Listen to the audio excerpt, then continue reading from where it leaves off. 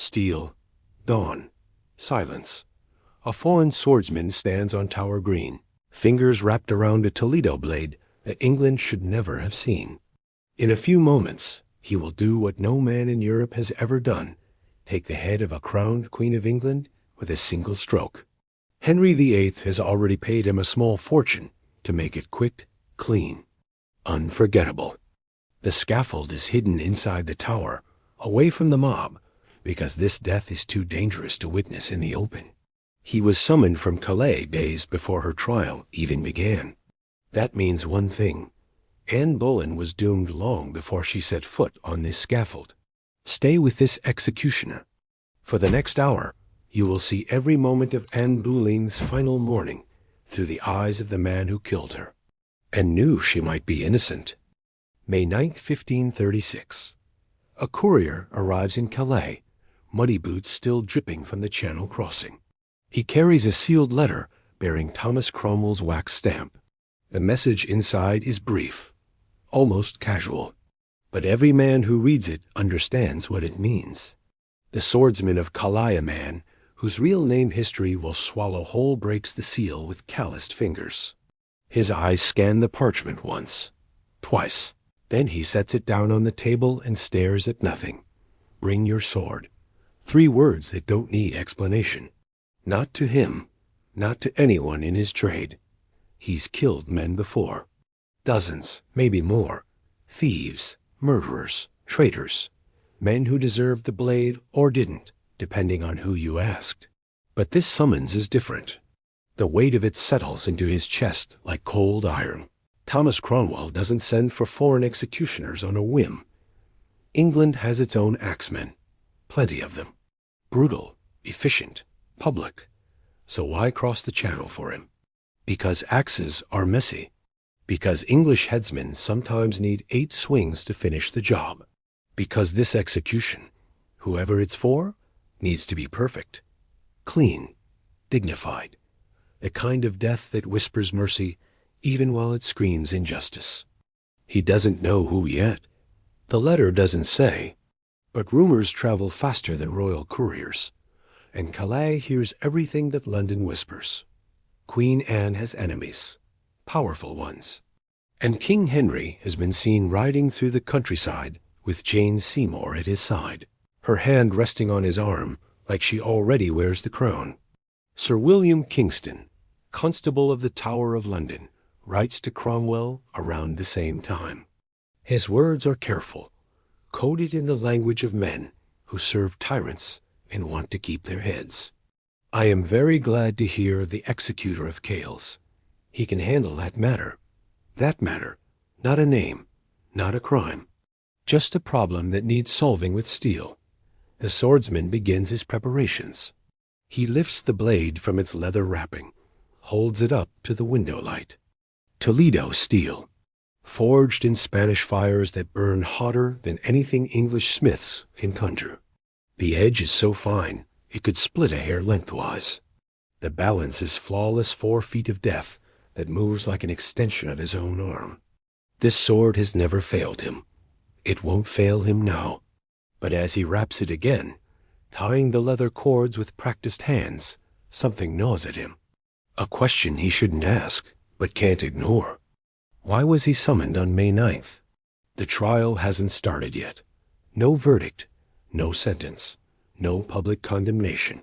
Just a letter that says, "Bring your sword," which means whoever is about to die has already been judged, not by law, not by jury, but by a king who has already made his choice and needs an executioner who won't botch it. The swordsman closes his eyes and sees the scaffold that doesn't exist yet, the crowd that hasn't gathered, the neck he hasn't touched. And he knows whoever kneels before him in London will be innocent or guilty only in the ways that matter to kings. He leaves Calais the next morning, sword hidden beneath oiled canvas, heart heavy with a truth he'll carry to his grave. Some executions are justice. This one will be murder. The weapon rests across his lap as the ship cuts through gray Channel water. He unwraps it once more, not because it needs checking, but because holding it steadies his mind, This is not an axe. An axe is a butcher's tool, heavy, blunt, designed to split wood and, when necessary, bone. English executioners use them because they're familiar, because tradition demands it, because no one has bothered to imagine something better.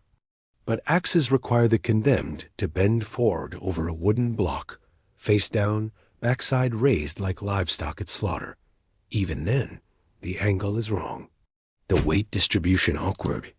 One missed swing and the blade catches shoulder instead of neck, then another, and another, until the scaffold runs red and the crowd turns sick. He's heard the stories. Everyone has. An execution in London 2 years prior, where the headsman needed 10 blows. 10. The condemned man's screams echoing off tower walls while nobles covered their faces and common folk vomited into the dirt. That will not happen here. The French method is different, cleaner. The condemned kneels upright as if in prayer, spine straight, shin lifted toward heaven. Dignity in posture, even as death approaches. And the blade comes horizontally, a sweeping arc that meets the neck at the perfect angle between the 3rd and 4th cervical vertebrae, where bone is thinnest and the spinal cord most exposed. One strike, always one. His sword is built for this singular purpose. 4 feet of Spanish steel, forged in Toledo, where master craftsmen have spent centuries perfecting the art of killing. The blade is thinner than an axe, lighter, impossibly sharp. It doesn't crush through bone, it slices between it. The balance is what matters most. Too heavy and the swing slows mid-arc. Too light and it lacks the momentum to sever cleanly. This blade finds the perfect middle ground, becoming weightless in his hands the moment he lifts it. He's trained for years to read a neck the way a sculptor reads marble. Every throat is different. Thickness, musculature, the way tendons stretch beneath skin. He calculates distance, angle, force all in the heartbeat before the blade leaves his shoulder. And he never misses. But this commission asks more of him than skill. It asks for theater. A performance where precision becomes mercy, where speed becomes kindness. The king wants this death to look noble, gentle, even, as if killing a queen with a sword somehow makes it less of a murder than killing her with an axe. He runs his thumb along the edge, careful not to press. Even that slight touch could draw blood. The crossing takes hours, but his mind doesn't leave the blade. He thinks about the mechanics, the physics of death, how quickly unconsciousness comes when the brain is severed from the body. Whether there's pain in that final instant or just nothing, these are the questions executioners ask themselves in the dark. He raps the sword again as the English coast comes into view, white cliffs rising from fog like teeth. Somewhere beyond those cliffs, in a tower he's never seen, a woman waits. She doesn't know he's coming yet, doesn't know her fate has already been purchased with foreign steel and Spanish craftsmanship. But she will. And when she kneels before him on that scaffold, when her neck is exposed and her prayers fade into silence, this blade will be the last thing she never sees. One strike. That's the promise he carries across the water. One strike, and it will be finished. The horse throws a shoe outside Dover, then another near Rochester. Small accidents, minor delays. The kind of misfortune that means nothing when you're traveling to market or visiting family. But when you're carrying a death sentence wrapped in oiled canvas, every lost hour becomes its own kind of torture. Not for him, for her. He doesn't know this, yet won't learn it until he reaches the tower, but every delay on his journey is a delay in her execution. And somewhere in those stone walls, a woman is being told again and again that today is the day, that the hour has come, that she should prepare her soul. And then, nothing. Another postponement. Another false start to the end of her life. May 18th, 9 in the morning. That was the original time. The scaffold built, the witnesses summoned, her confession heard. She dressed for death, said her prayers, steadied her breath for what was coming. But the executioner hadn't arrived. So they told her, noon instead, a few more hours. Be ready. Noon came, still no swordsman from Calais. The day stretched like a blade across her throat that never fell. Sir William Kingston, the Tower's constable, watches her during these delays. Later he'll write about it, how she spoke of her relief that the executioner was skilled, that it would be quick. How she laughed, put her hands around her own neck, and said, "I have a little neck." A joke. Gallows humor in the most literal sense. But beneath the laughter, Kingston sees something else. A woman trapped between hope and horror, not knowing if each breath will be her second to last, or if she'll wake again tomorrow in this same nightmare. The executioner rides hard once the horses are reshod, but England's spring roads are thick with mud. Every mile feels like 3. He passes through villages where people don't know yet, where Anne Boleyn is still their queen, still alive in the collective imagination of a country that will wait tomorrow to find her gone. He wonders if they'll mourn her, if they'll whisper that it was unjust, or if they'll simply move on, the way people do when power decides who lives and dies. By the time he reaches London, it's late, too late for an execution. Darkness has already claimed the city, and even kings don't kill queens by torchlight. Too much shadow, too much room for mistakes. May 19th, then? Tomorrow morning. He's taken to a room near the Tower, plain, functional, a place where men sleep before they do terrible things in the name of duty. His sword rests against the wall within arm's reach. He doesn't sleep. Instead, he thinks about the woman in the other building, close enough that if he walked outside, he could see the windows where candlelight still flickers. Is she sleeping? Praying? Writing final letters to a daughter who won't remember her face? Or is she lying awake just like him, staring at the ceiling, counting down the hours? The cruelty of it settles over him like frost. Not the execution itself. He's made peace with being an instrument of death. But this waiting, this deliberate stretching of her final days into something worse than the blade. They could have done this quickly, arrested her and ended it within a week. But someone wanted her to suffer first, to hope, to break. He rises before dawn, splashes cold water on his face, and lifts the sword one more time. The weight of it feels different now, heavier, though the steel hasn't changed.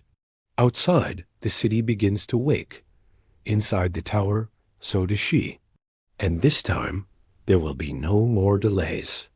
The Tower of London doesn't announce itself with grandeur. It simply exists ancient, immovable, soaked in centuries of blood that no amount of rain will ever wash away. He enters through a side gate, away from public eyes. This isn't a spectacle for the streets.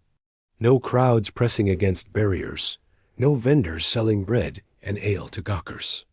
Everything about this execution is designed to be contained, controlled, witnessed, only by those who need to see it and those who need to stay silent. Sir William Kingston meets him in a courtyard where morning mist still clings to stone. The constable is older than expected, his face carved with the particular exhaustion of a man who spent weeks managing the impossible keeping. A queen imprisoned, keeping her alive, keeping her calm, while the king decides precisely when and how she die. They don't speak much. Kingston gestures toward the scaffold site, and the executioner follows. Tower Green, a patch of grass south of the Chapel Royal, enclosed by buildings on all sides. Private, intimate, the kind of place where terrible things can happen quietly, behind walls thick enough to muffle screams, though Kingston assures him there won't be any. She's composed, Kingston says. Remarkably so. The executioner nods, but doesn't respond. He's learned not to trust descriptions of the condemned. People say anything to make themselves feel better about what's coming. The scaffold itself is low, simpler than he expected. No elaborate platform, no theatrical elevation. Just a raised wooden square where a woman will kneel and cease to exist. He studies the angles, the sight lines.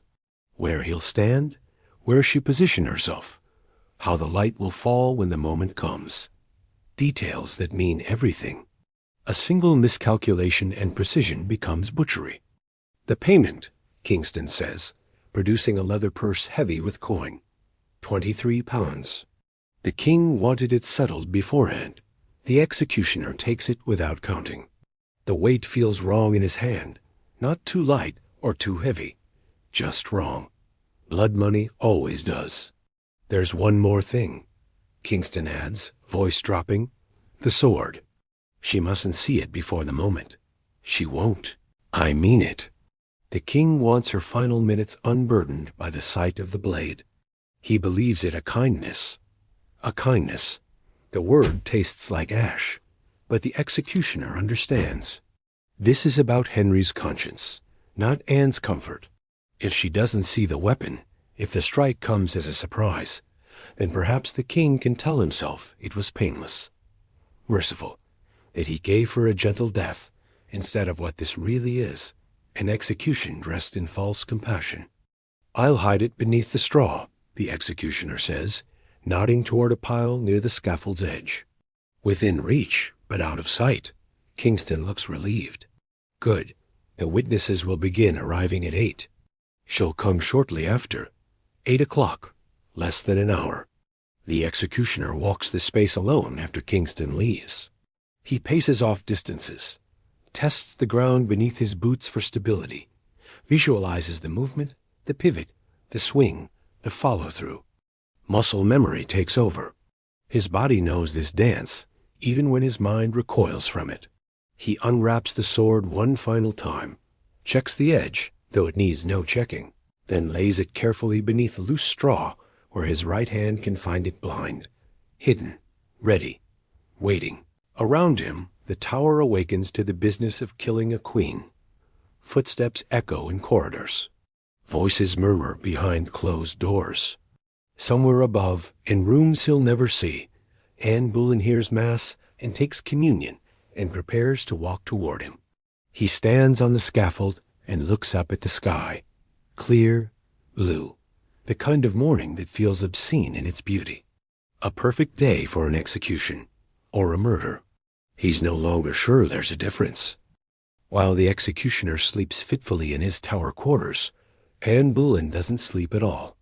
May 18th stretches into darkness, and in the Queen's lodgings, candlelight flickers against stone walls that have held countless prisoners before her. But none quite like this. None who wore a crown 1 month and faced a scaffold the next. She kneels in prayer for hours. Her ladies, 4 of them, loyal to the end, watch her with red-rimmed eyes, but Anne's face remains dry. She's beyond tears now, beyond the luxury of breaking down. Earlier that evening, Kingston came with news she'd been desperate to hear. Not a pardon. She knows better than to hope for that anymore, but confirmation of the method. Beheading, not burning.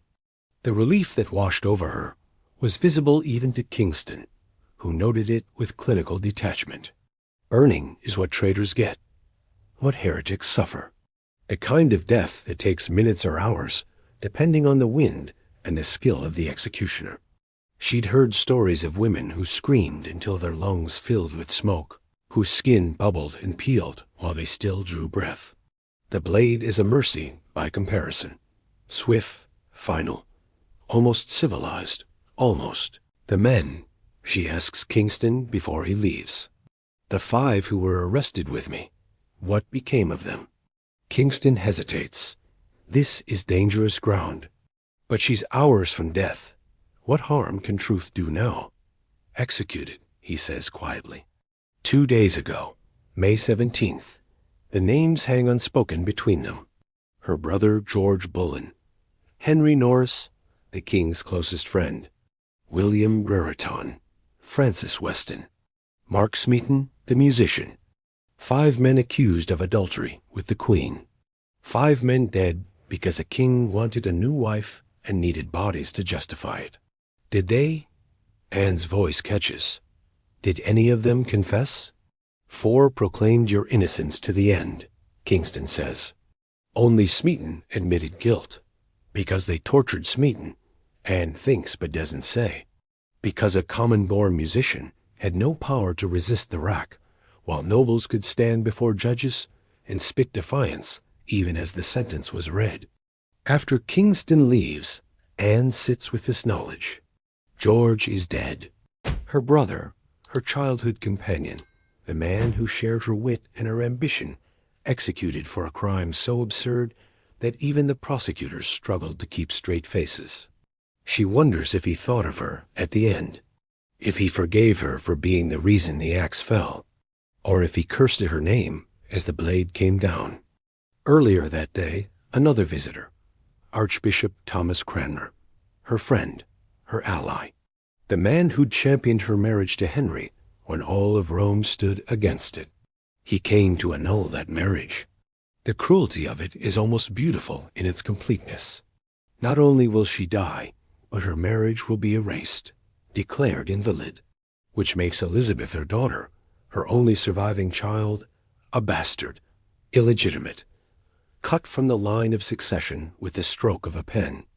Henry gets everything: a dead wife, a new marriage, no inconvenient princes to complicate the sons he'll have with Jane Seymour.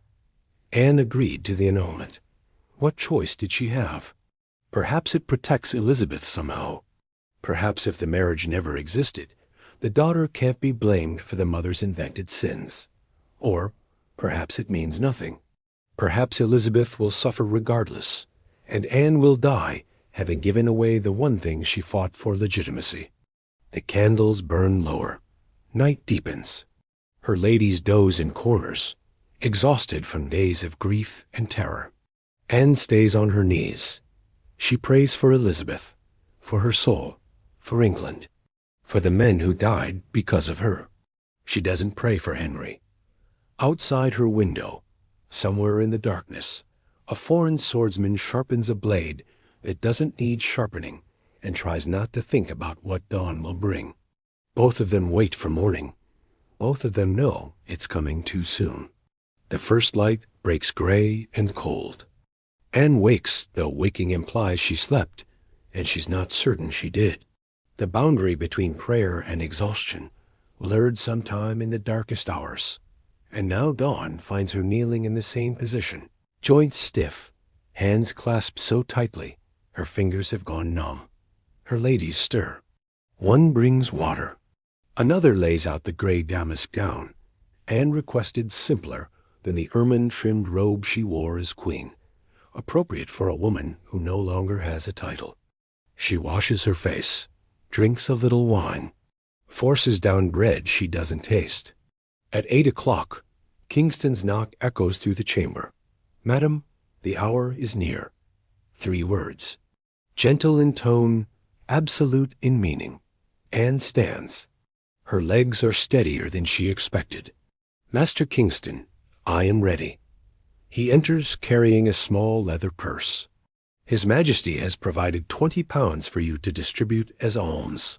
For your soul, £20, about 7,000 in today's currency. Henry's final gift to the wife he's murdering money to pay strangers to pray for her after she's gone." She takes it without comment. Later, she'll give coins to each of her ladies, to the guards, to Kingston himself. Blood money transformed into wages of grief. But first, she must prepare. The ermine-trimmed mantle comes off, too regal, too queenly. She cannot walk to the scaffold looking like what she no longer is. Beneath it, the gray damask fits closely elegant but understated, the kind of dress a noblewoman might wear to chapel. Her hair is already pinned up, but now her ladies work with deliberate care, tucking every strand beneath a linen coif and securing it with pins. Nothing can come loose. Nothing can fall across her neck when the moment comes. Anne's hands remain steady as she fastens a small prayer book to her girdle. She tucks a handkerchief into her sleeve, not for tears, but for something to hold. A small comfort against the terror building in her chest, despite all her prayers. One of her ladies begins to sob. Anne turns to her with surprising gentleness. "Do not weep for me. I go to a better place than this." Whether she believes it or not, The executioner will never know. But the words calm the woman, and that seems to be enough. Kingston waits by the door, shifting his weight. He's overseen executions before. It's part of his office as constable, but nothing like this. Nothing that requires such careful choreography of dignity and death. The witnesses are assembled, he says quietly. Whenever you are ready, madam. Anne nods. Smooths her gown one final time. Touches the prayer book at her waist like a talisman. Then she glances toward the window toward Tower Green, though she cannot see it from here, and something crosses her face. Not fear exactly, not acceptance either. Something harder to name. Recognition, perhaps, that this is real, that the waiting is finally over. She turns back to Kingston. Let us not keep them waiting any longer. The walk begins. 4 ladies follow her down corridors she's walked 100 times as queen. Past rooms where she dined with ambassadors, where she laughed with courtiers, where she planned her daughter's christening. Every stone remembers her power. Now they'll remember something else. She keeps glancing back over her shoulder. At her ladies, at the fading hallways, at the life disappearing behind her with each step. Kingston notices, but says nothing.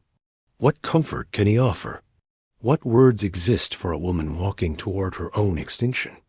They descend the final staircase. Through the doorway ahead, morning light spills across Tower Green.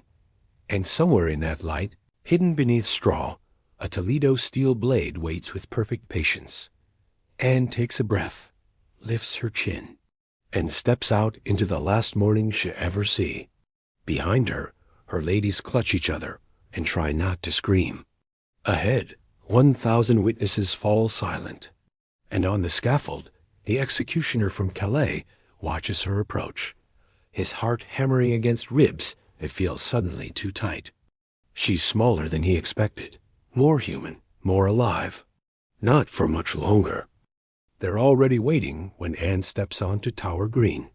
1,000 faces, arranged in careful formation close enough to witness, far enough to avoid the spray. The executioner scans the crowd from his position near the scaffold, reading them the way he's learned to read all audiences at death. Some lean forward with hunger. Others look away.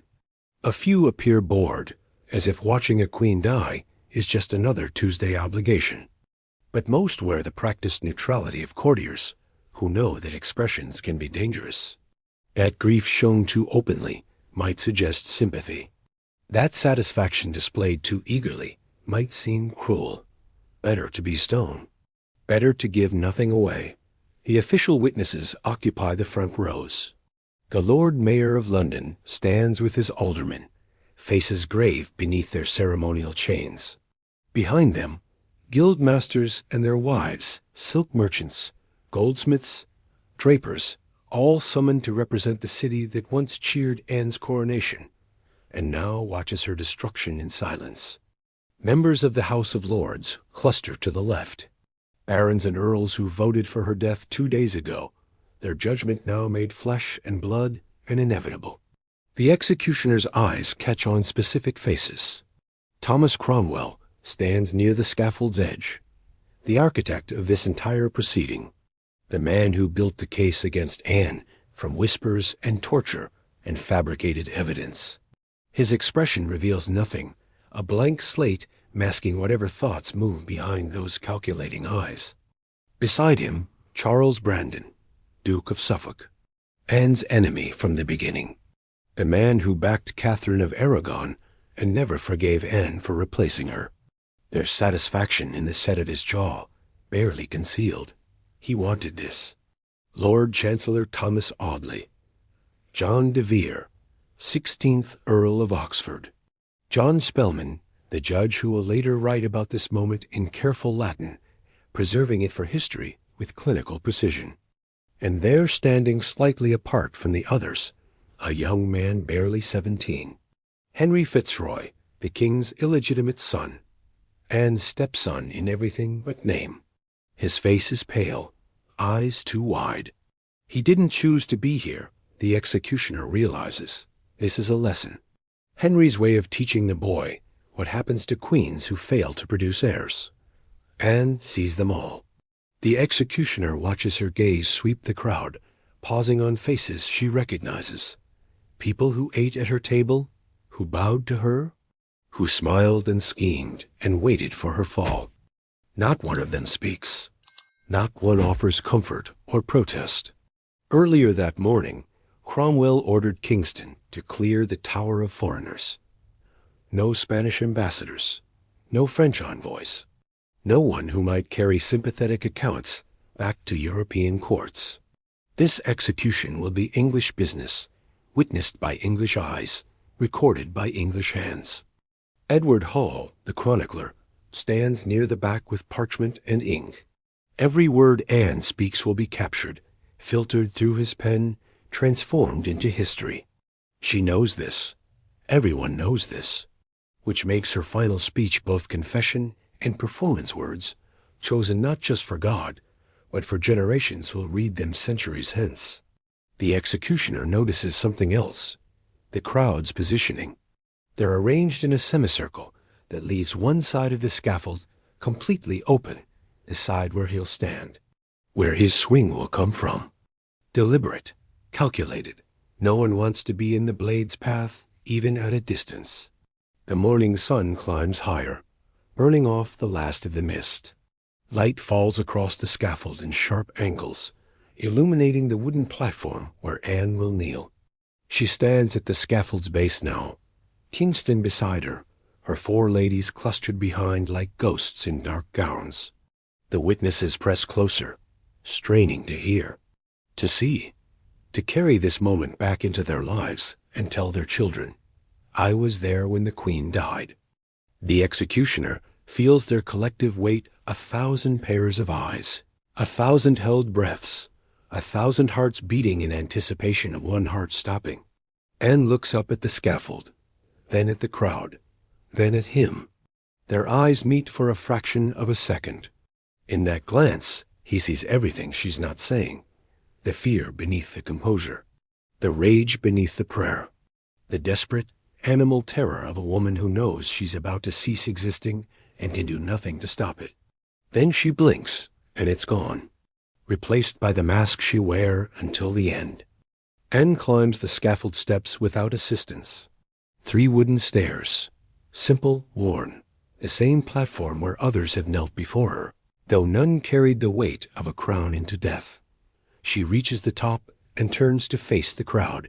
For a moment, she simply stands there, a small figure against a vast sky, surrounded by 1,000 witnesses who've come to watch her vanish.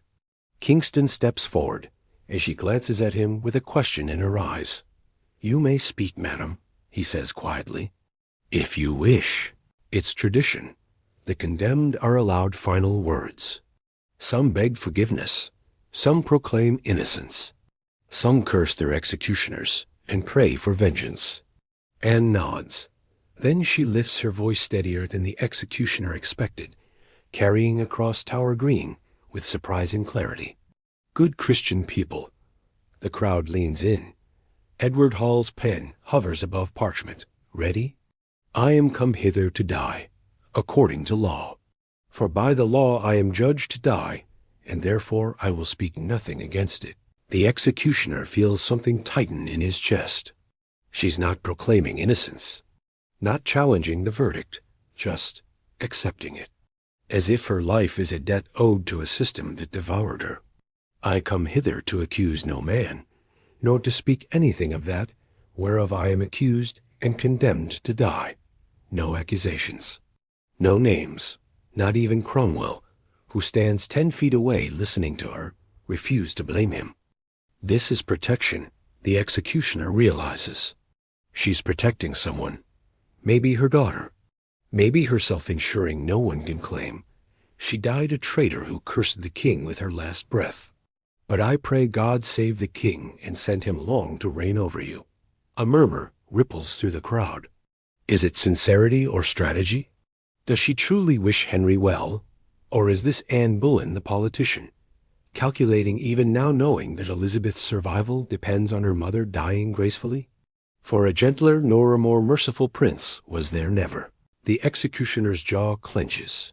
Gentle, merciful, words that taste like poison given the context. Henry, who's marrying Jane Seymour tomorrow.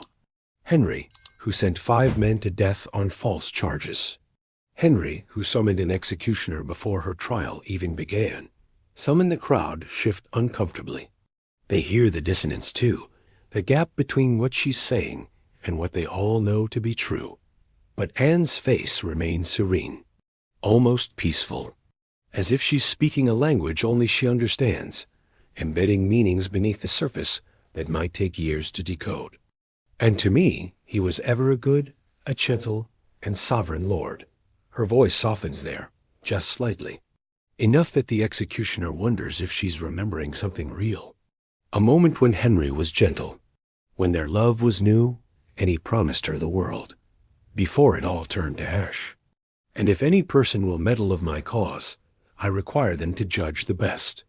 There it is, the closest she'll come to protest. Judge the best.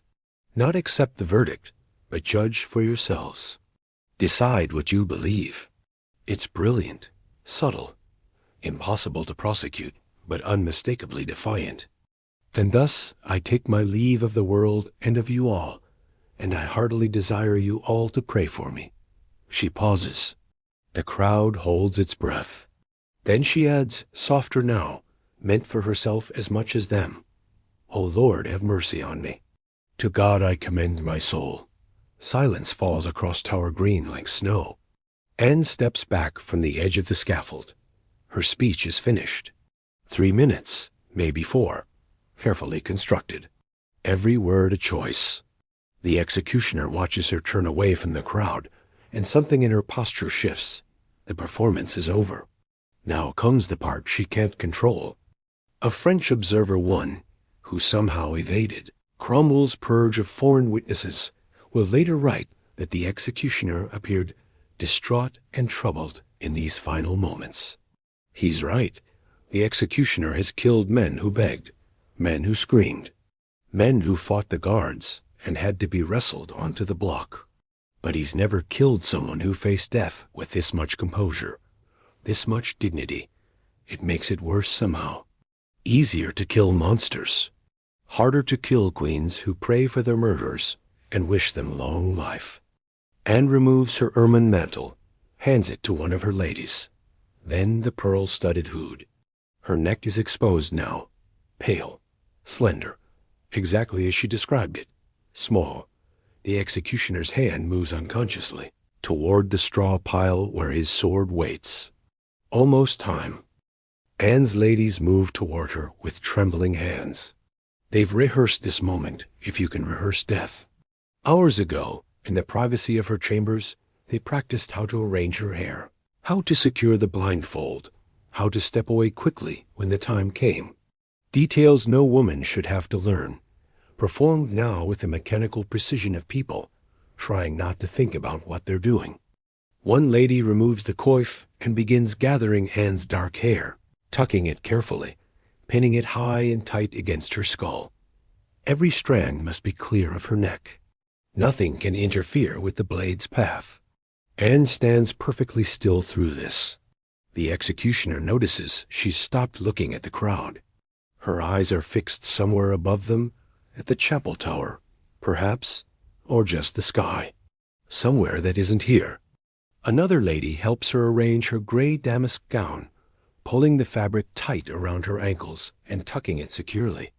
Even in death, modesty matters. When she falls, her legs must remain covered.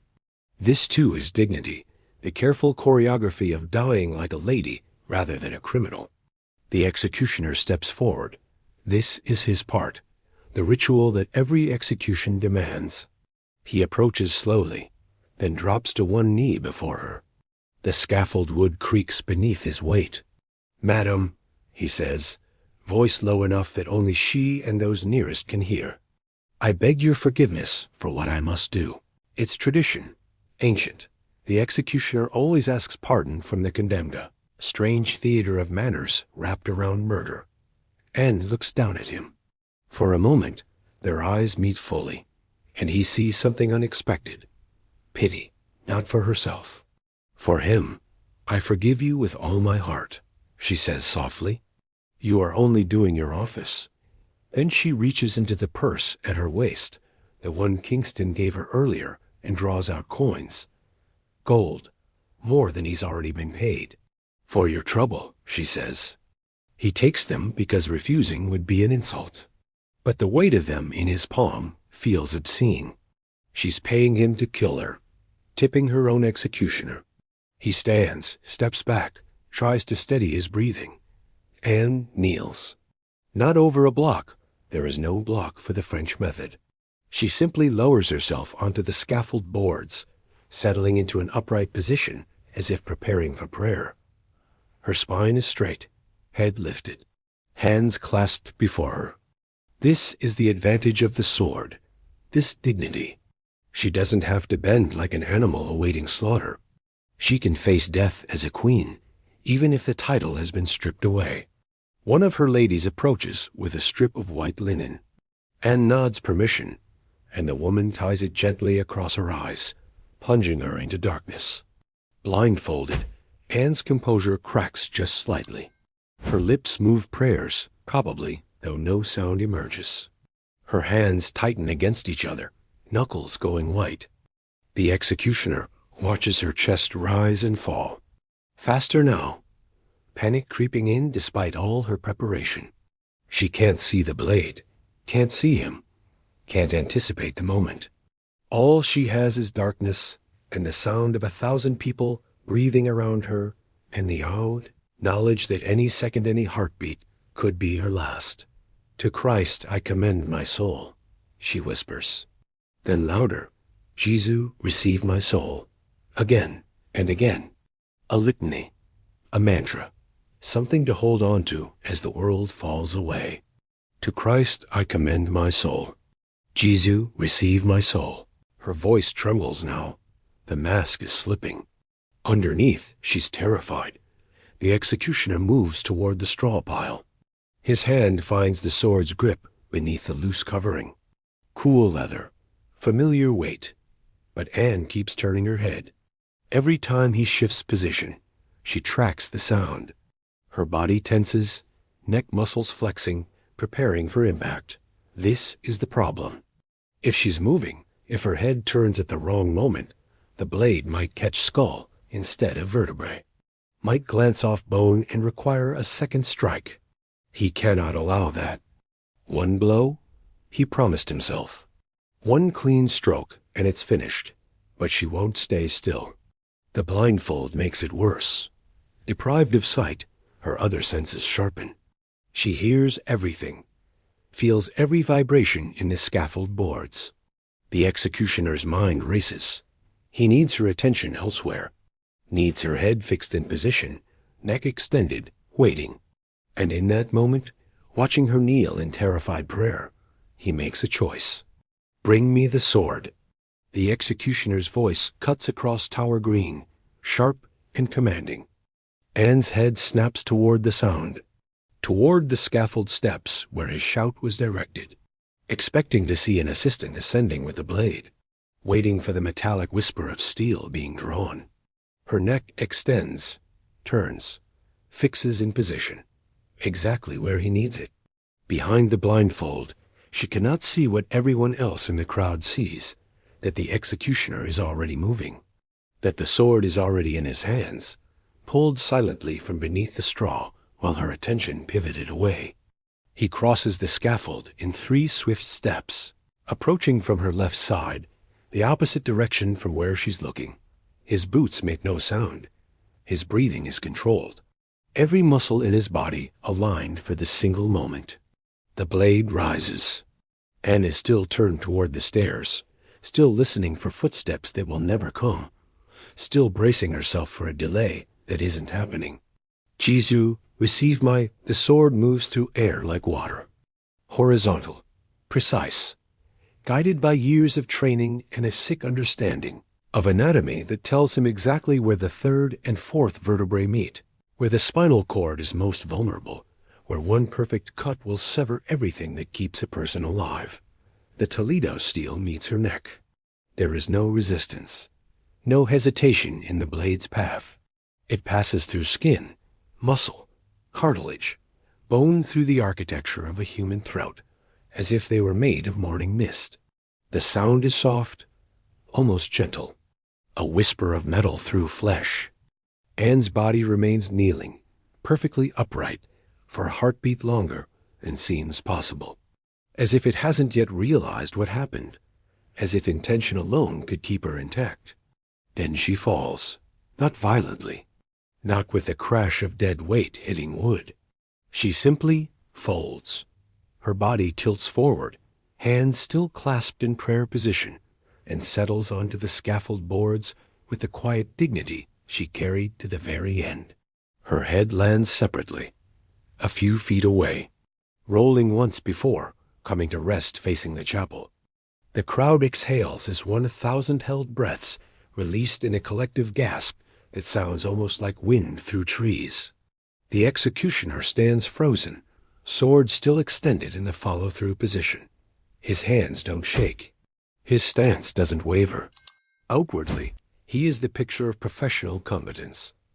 Inside, something he doesn't have words for is breaking apart. John Spellman, the judge, will later write in careful Latin. He did his office very well. Clinical, factual, as if commenting on carpentry or horsemanship rather than the extinguishing of a human life. The French observer still hidden somewhere in the crowd, despite Cromwell's orders, will record that it happened before you could say a paternoster, faster than the Lord's Prayer. So swift that Anne's soul might have departed before her body understood it was dead. But Spellman will add one more detail, a detail that will haunt anyone who reads his account for centuries to come. Her lips moved after, and her eyes, movement, brief, involuntary perhaps, or perhaps something else, some final flicker of consciousness, some terrible awareness in the seconds before the brain, deprived of oxygen and blood, finally surrendered. The executioner doesn't see this. He's already looking away, lowering the blade, stepping back from what he's done. But Anne's ladies see it. They're rushing forward now, weeping, reaching for her body with hands that don't know whether to touch or recoil. The crowd sees it too. Some cross themselves, others turn away. A few look sick. Only Cromwell remains impassive, face carved from stone, calculating already how this will be reported, what story will be told to justify what everyone just witnessed. The executioner wipes his blade on a cloth one of Kingston's men provides. The steel is barely stained, a testament to the cut's precision. Clean edge, perfect angle, exactly as promised. 50 sovereigns earned in less than a second. He sheathes the sword and moves toward the scaffold's edge, his job complete. Behind him, Anne Boleyn, once Queen of England, once the most powerful woman in the realm, is gathered into an arrow chest because no one thought to prepare a proper coffin. The morning sun continues to climb. Birds sing in the Tower Gardens, oblivious. And history records that on May 19, 1536, at approximately 9 a.m., Anne Boleyn was executed for crimes she almost certainly did not commit. One stroke, just as he promised. The executioner doesn't watch them place her in the chest. He stands at the scaffold's edge, back turned, while Anne's ladies perform the grim work of gathering what remains. Their sobs carry across Tower Green raw, unrestrained grief that the crowd absorbs in uncomfortable silence. Kingston supervises the removal with quiet efficiency. The elm arrow chest is crude, hastily repurposed because protocol forgot this detail. Queens aren't supposed to be executed. There's no established procedure for what comes after. The executioner feels the weight of it settling into his bones. Not guilt exactly, he's done what he was hired to do, done it perfectly, but something else. A heaviness that has nothing to do with the sword in his hands and everything to do with the memory of Anne's voice asking forgiveness for his trouble. She forgave him, paid him, thanked him, essentially, for ending her life. What kind of world creates that transaction? Around him, the witnesses begin to disperse.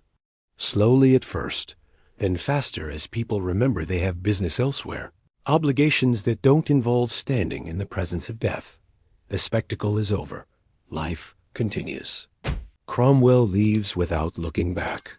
Charles Brandon follows, satisfaction evident in his stride. The nobles file away in order of rank, already composing the letters they'll write to foreign courts, the accounts they'll give at dinner parties. "I was there when Anne Boleyn died," they'll say. "Went quickly, very dignified. Hardly any blood at all." They'll turn it into entertainment. A story to tell over wine. The gruesome detail polished into anecdote. Only the young Henry Fitzroy lingers, pale and shaken.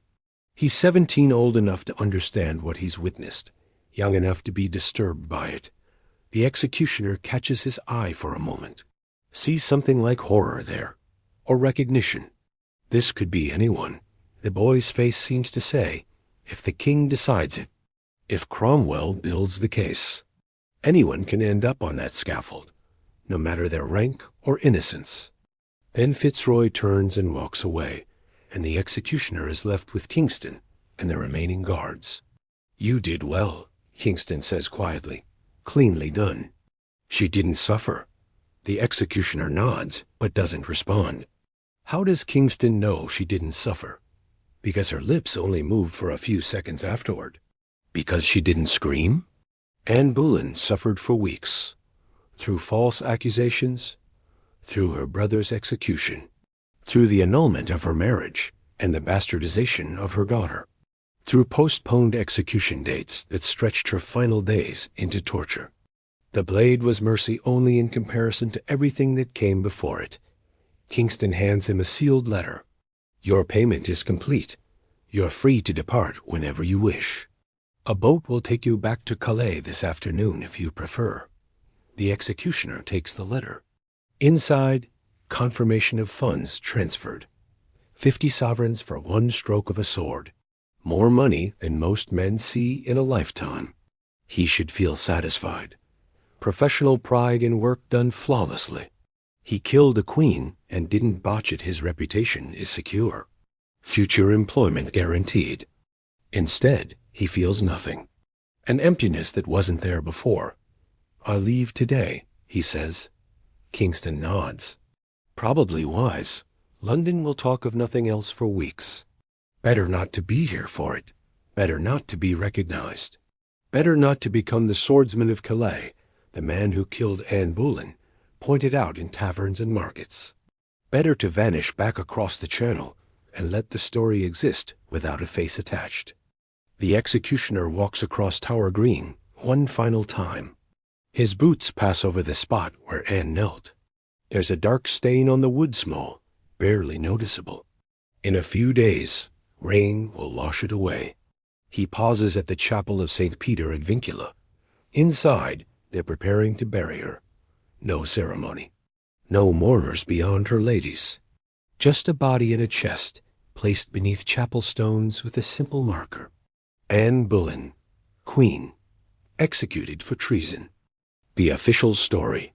The one historians will repeat until someone bothers to look deeper, to question, to recognize the shape of a political murder dressed in legal robes. But that will come later, centuries later. For now, Anne is simply gone, and the executioner is simply the instrument that made it happen. He continues walking, out of the tower, through the gates, into a London that's already moving on, already whispering about the king's upcoming marriage to Jane Seymour. 11 days from now, Henry will wed. Anne Boleyn's blood will be barely dry. The boat rocks gently in the Thames, waiting to carry him downriver and eventually back across the channel. The executioner sits in the stern with his sword wrapped and secured beside him.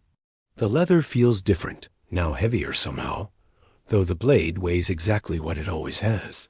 Physics don't change. Only perception. London spreads behind him in the afternoon light. Church spires. Smoke from 1,000 cooking fires. The tower rising dark against the sky like a broken tooth. Somewhere in that fortress, Anne Boleyn lies beneath chapel stones. Her 4 ladies will keep vigil tonight, But tomorrow they'll be dismissed, sent away to new positions or back to their families. The machinery of court moves quickly. Jane Seymour's household is already being assembled. The boatman casts off, and the city begins to slide away. The executioner tries not to think about the elm arrow chest, about how hastily it was chosen, how undignified for a woman who once wore a crown. He'd heard the guards talking. No one had prepared a proper coffin, because everyone assumed Henry might pardon her at the last moment. A fantasy they clung to right up until the sword fell. But Henry never had any intention of pardoning her. The executioner knows this with absolute certainty, because he was summoned 10 days before her trial. You don't hire a foreign swordsman, pay him a fortune, and transport him across the Channel if there's any possibility of mercy. Anne was dead the moment Cromwell decided she needed to be. The trial, the verdict, the scaffold speech, all theater. Legitimacy wrapped around murder. The boat passes under London Bridge. Gulls circle overhead, crying their endless complaints. Normal sounds. An ordinary afternoon. No one on the riverbank knows what he's done. To them, he's just another traveler heading downstream. Anonymous. Unremarkable. That's how he prefers it. In Calais, they might ask questions. Did you see her? Was she brave? Did she cry? He'll deflect. Change the subject. Drink enough wine that the questions stop coming. The 50 sovereigns are secured in a leather pouch against his chest. More money than he's ever carried. Enough to live comfortably for years. To retire from this work entirely if he chooses. Blood money. Payment for precision. He wonders what he'll spend it on. A house, perhaps. Somewhere quiet. Away from cities and scaffolds and the weight of other people's deaths. Somewhere he can forget the sound of Toledo steel passing through a human neck, though he suspects that sound will follow him regardless of where he goes. The river widens as they move downstream. The city falls away behind them, replaced by fields and scattered villages. England in springtime green and soft, and utterly indifferent to the violence men commit within its borders. The executioner's hands rest on his knees, steady, no tremor. Physically, he's fine. The work didn't strain him. One perfect swing. Professional. Clean. But there's a tightness in his chest that wasn't there before. A weight that has nothing to do with exhaustion, and everything to do with the image he can't shake Anne kneeling, blindfolded, whispering prayers to a God who didn't intervene. Did she really believe Henry was merciful? Or was that final speech her last act of defiance, praising the king with words so hollow they bordered on mockery? He'll never know. No one will. History will record her death. Edward Hall's chronicle will preserve her final words. John Spellman's account will note the movement of her lips after the blade fell. But her thoughts in those final moments, the truth beneath the performance died with her. The executioner closes his eyes and sees it again. The turn of her head, the extension of her neck, the way the blade moved through air and flesh as if they were the same substance. Perfect execution, flawless technique, the thing he was hired to do. And yet, the boat continues downstream. The sun moves lower. England fades behind him with each stroke of the oars. By the time he reaches Calais, Anne Boleyn will already be transforming from person to legend. The story will grow. Details will shift. Some will claim she died cursing Henry. Others will say she wept. The truth will blur beneath layers of retelling until no one remembers what actually happened. Only the executioner will carry the real memory, the weight of it, the sound, the sight of a woman who forgave him for killing her. He opens his eyes and looks back toward London one final time. The tower is barely visible now, just a shadow against gathering clouds. He turns away and doesn't look back again. The executioner would learn the truth eventually. Everyone did. Not immediately in the days following Anne's death, the official story held firm. 5 men and a queen, all guilty of adultery and conspiracy. A court of law had decided it. Juries had convicted them. Justice, according to the Crown, had been served. But whispers have a way of becoming shouts.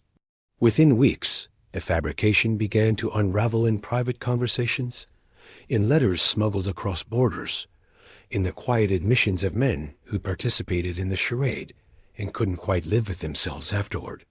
The charges were absurd from the beginning.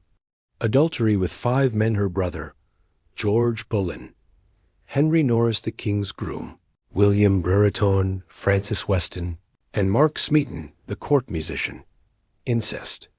Conspiracy to murder the king and install one of her lovers on the throne. Thomas Cromwell had built the case like an architect builds a house, choosing each piece carefully, fitting them together until the structure stood even though the foundation was rotten. The evidence? Conversations overheard and misinterpreted. Moments of courtly flirtation twisted into proof of adultery. Anne's sharp tongue, her greatest weapon and ultimate liability, transformed into conspiracy. They claimed she'd slept with Smeaton on specific dates, but on those dates, she was documented elsewhere. Court records, travel itineraries, witness accounts, all contradicting the prosecution's timeline. They claimed she'd committed incest with George. The proof was that she'd spoken privately with her own brother, that they'd shared jokes, that she'd once entered his bedroom to speak with him while his wife was present. Siblings talking became sexual deviance when Cromwell needed it to be. The trial itself was a performance with a predetermined ending. The jury was handpicked. 26 peers, including men who hated Anne or feared Henry, or simply understood which way political winds were blowing. Among them, Henry Percy, Anne's former love, the man she'd wanted to marry before the king claimed her, forced now to judge her guilty of crimes he knew were fiction. And her own uncle, Thomas Howard, Duke of Norfolk, Anne's mother's brother, presiding over her condemnation, choosing family survival over family loyalty because that's what Tudors demanded. Even Anne's father sat in judgment at the men's trial. Sir Thomas Boleyn watched them sentenced to death, men accused of sleeping with his daughter, conspiring with his son. He said nothing in their defense, voted with the prosecution, saved himself.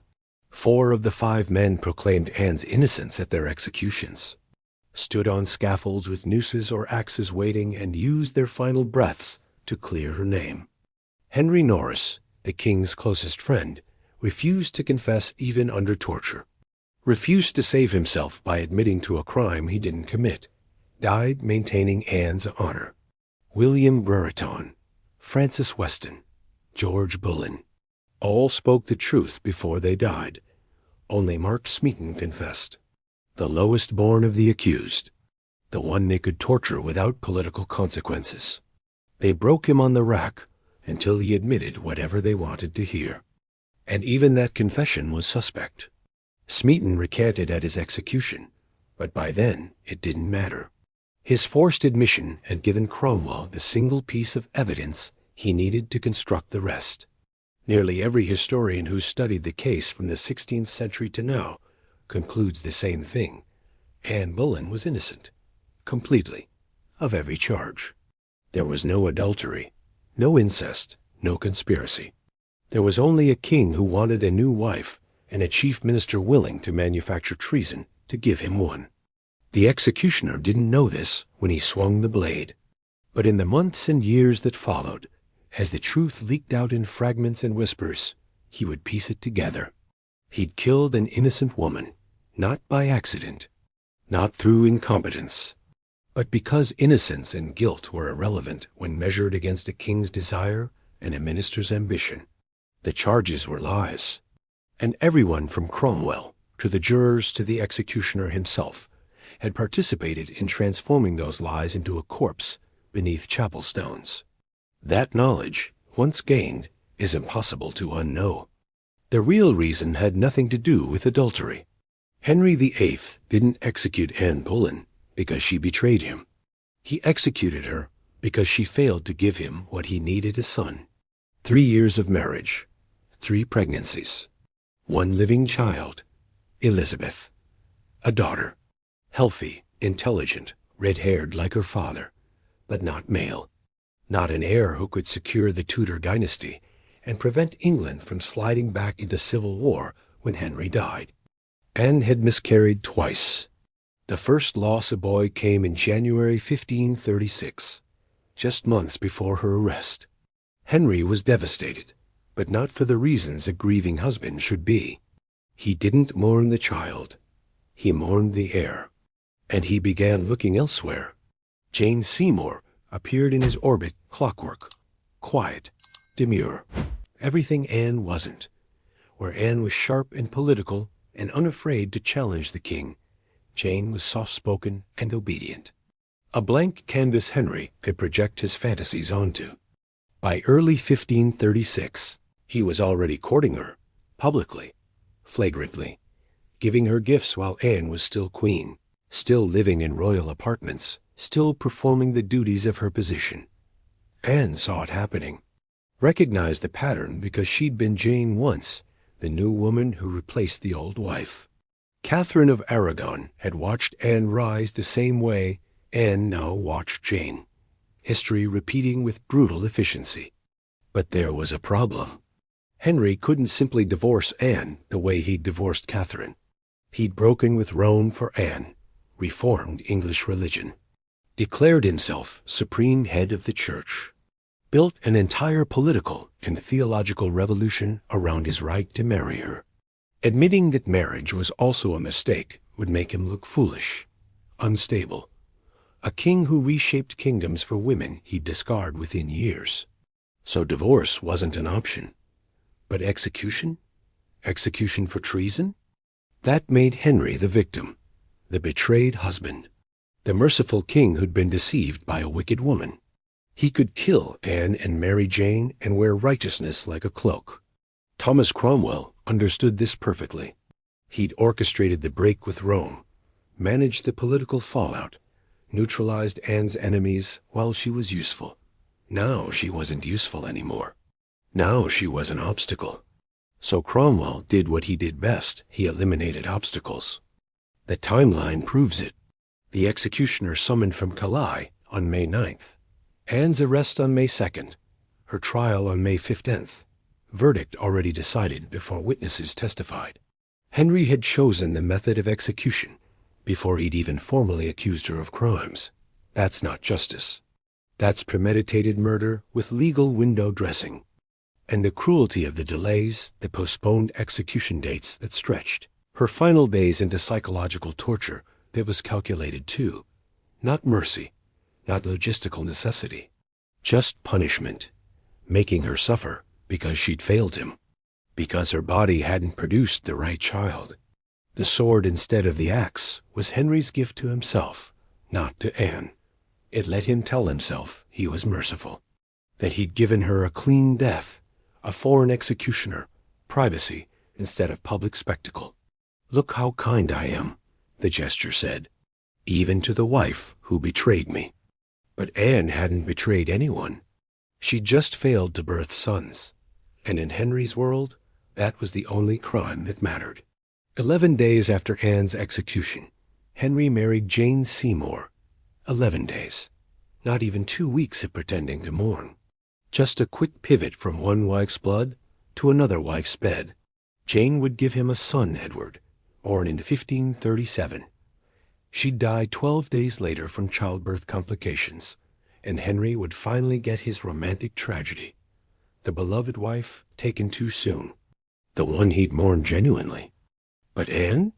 Anne was erased, her portraits painted over, her initials chiseled from buildings, her badges replaced with Jane's. The king who claimed to love her worked methodically to remove all evidence she'd existed, because that's what you do when you murder someone and need the world to forget was murder. You rewrite the story.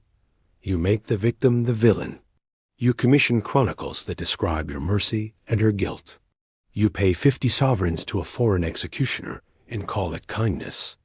And you marry again before her body is cold, because queens are replaceable and sons are all that matter.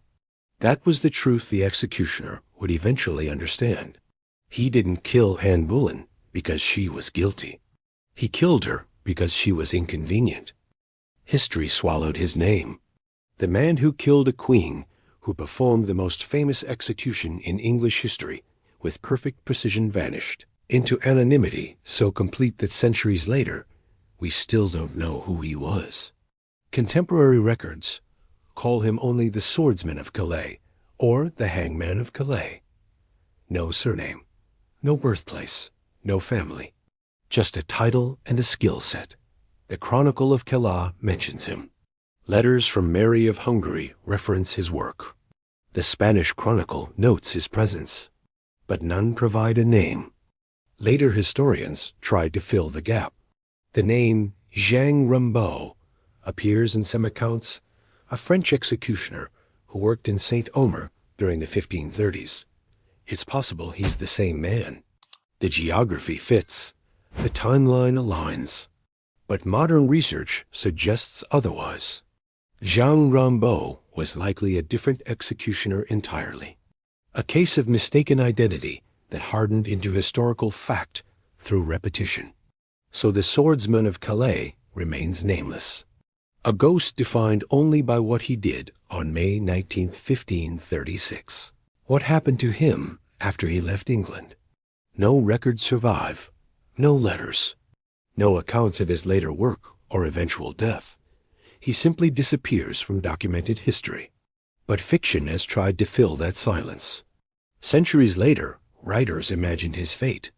In one account, he's captured during war and offered his life in exchange for a simple task retrieving a ball. Something easy, something any man could do. But when the moment comes, he breaks down weeping, cannot complete the task, cannot function. The fictional executioner compares himself to Anne Boleyn, who faced death without shedding a single tear, while he, the man who killed her, cannot stop crying over something as trivial as a ball. It's invented, pure imagination. But there's a truth buried in the fiction. The psychological weight of killing someone you know is innocent. The way that act might hollow you out, leaving you unable to perform even simple tasks because your mind is trapped on a scaffold in London, watching a blindfolded woman kneel in prayer. Did the real executioner suffer like that? We'll never know. Maybe he went home, spent his 50 sovereigns, and lived comfortably. Maybe he continued his work, executing criminals and traitors with the same precision he showed Anne. Maybe the act meant nothing to him, just another job, another payment, another name forgotten. Or maybe it destroyed him. Maybe he drank too much, couldn't sleep, saw Anne's face every time he closed his eyes, heard her voice forgiving him, thanking him, paying him to end her life. Maybe he tried to outrun the memory, moved from city to city, changed his name, took different work. Anything to escape the identity of the man who killed the queen. But memory doesn't work that way. You can cross borders, adopt new names, build new lives. The past follows regardless. Some acts mark you permanently, brand you, change the fundamental architecture of who you are. Killing Anne Boleyn was that kind of act. The executioner, whoever he was, carried it with him for the rest of his life. In silence or in anguish, in pride or in shame, it lived inside him. And when he died in some unknown place, at some unknown time, that knowledge died with him. His name lost, his face forgotten, his thoughts and feelings about what he'd done buried with his bones. All that remains is the act itself, preserved in chronicles and letters and historical accounts.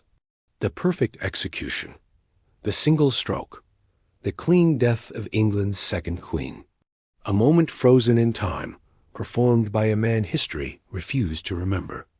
Perhaps that's fitting. Perhaps anonymity was his punishment, or his mercy, to be forgotten as thoroughly as Anne was supposed to be, though her memory survived, and his did not. The Swordsman of Calais, a title, a ghost, a man who became nothing more than the sum of one terrible, perfect swing of a Toledo steel blade. And whatever he felt about it, guilt, satisfaction, horror, indifference, vanished with him into silence. Anne Boleyn's execution was supposed to erase her. Henry wanted her gone, not just dead, but forgotten. Removed from history as thoroughly as her head was removed from her body. But erasure is harder than murder. You can kill a woman in seconds. Making her disappear from collective memory? That takes more than royal decree. Within hours of her death, workers began chiseling her initials from buildings. The intertwined H and A that decorated palaces and chapels, symbols of a love that supposedly justified breaking with Rome, were scraped away and replaced with H and J. Henry and Jane. The news story. Her portraits were painted over, her badges removed, her apartments reassigned. But people remembered. The execution was too public, too shocking, too transparently political to simply vanish. Witnesses talked. Letters circulated across Europe. Ambassadors reported to their monarchs. The story spread faster than Henry's propaganda could contain it. And then there was Elizabeth, Anne's daughter, the child whose illegitimacy was supposed to remove her from succession. The girl who grew up motherless, branded a bastard, excluded from inheritance. In 1558, 22 years after Anne's execution, Elizabeth became Queen of England, and she reigned for 45 years, the most successful Tudor monarch. The queen who transformed England into a global power, who defeated the Spanish Armada, who presided over a golden age of exploration, literature, and cultural achievement. Elizabeth never spoke publicly about her mother, never defended Anne or condemned Henry. Politically, she couldn't afford to acknowledging her mother's innocence would mean acknowledging her father's murder. But she wore Anne's initial on a ring, kept her mother's reputation alive through silence and success, proved that the daughter of the executed queen could rise higher than anyone imagined. Anne's enemies didn't fare as well. Thomas Cromwell, the architect of her destruction, was executed himself in 1540, beheaded on Tower Hill for treason. The same scaffold, the same charges, the same theatrical justice he'd used to eliminate Anne. History has a sense of irony. Henry Norris, William Brereton, Francis Weston, Mark Smeaton, George Boleyn, the 5 men executed alongside Anne, are universally recognized as innocent, victims of Cromwell's fabrication and Henry's ambition. Modern historians treat Anne's guilt as settled. She wasn't. The charges were invented. The trial was theater. The execution was murder. But the method of that execution became her strange legacy. The sword instead of the axe. The privacy of Tower Green instead of the public spectacle of Tower Hill. The French technique that allowed her to kneel in prayer rather than bend over a block. These became markers of privilege, of status, of a certain grotesque mercy. When other high-ranking prisoners were executed privately at the Tower, Lady Jane Grey, Robert Devereux, Catherine Howard, the comparison was inevitable. They received what Anne received, a gentle death, the executioner's skill instead of the headsman's brutality. Tower Green became sacred ground in a morbid way. In the 19th century, Queen Victoria ordered granite paving installed to mark the scaffold site, a memorial to those who died there, 7 people total, including Anne. A plaque commemorates them now. Tourists visit, take photos, stand where Anne knelt, and try to imagine what those final moments felt like. The executioner's distraction technique, shouting for the sword while it was already in his hands, became legend, debated by historians. Some claim it's apocryphal, added later to dramatize the story. Others point to contemporary accounts that mention it. True or not, it's part of Anne's narrative now. The executioner who tricked her into turning her head. The mercy of a quick death delivered through deception. And Anne herself transformed from political inconvenience to historical martyr. Books, films, television series, endless analysis and reinterpretation. She's more famous now than she ever was in life. More remembered than Henry, arguably. More studied than most Tudor monarchs. The woman they tried to erase became immortal, while the man who killed her disappeared completely.